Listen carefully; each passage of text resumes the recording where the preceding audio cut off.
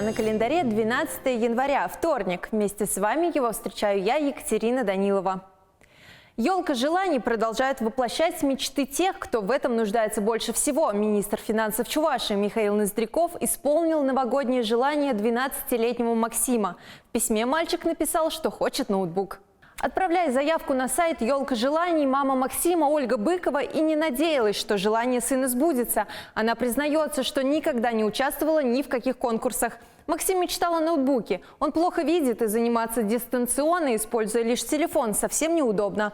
Поэтому Ольга Быкова решила отправить письмо сына. Я даже не ожидал, что мы выиграем, что наши желания исполнят, и что вообще я... Спасибо такой акции «Елка желаний», что исполняют мечты таких особенных детей. Напомню, среди участников благотворительной акции дети-сироты, ребята с ограничениями по здоровью и дети из малоимущих семей.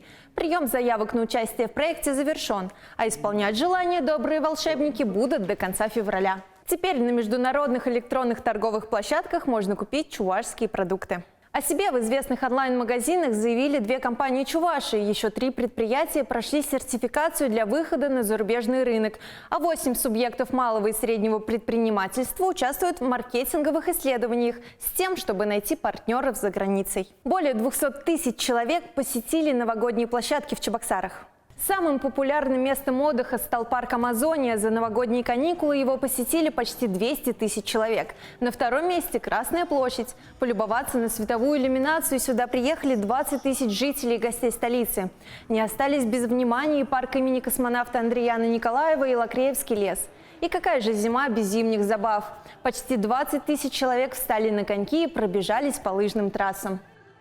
В Чувашии в ближайшие дни ожидается похолодание. Температура местами понизится до -30. Пока до следующего вторника никаких потеплений не видно. По данным Гидромедцентра республики, сегодня днем столбик термометра может опуститься до -20 градусов, а ночью достичь отметки -30. Такой холод продержится до среды. В четверг же ситуация немного изменится.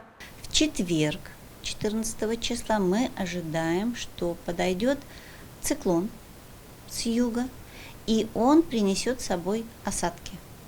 То есть это будет снег, местами умеренный снег, начнется метель, ветер ожидается южной четверти, порывы 10-15 метров в секунду, и температура воздуха начнет медленно повышаться.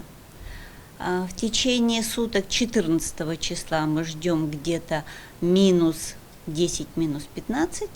15 примерно тоже так же, и ночью, и днем. Однако уже 16 января в республику придут настоящие крещенские морозы. Синоптики обещают до -28 градусов. О наиболее заметных событиях этого дня расскажем в наших дневных и вечерних выпусках.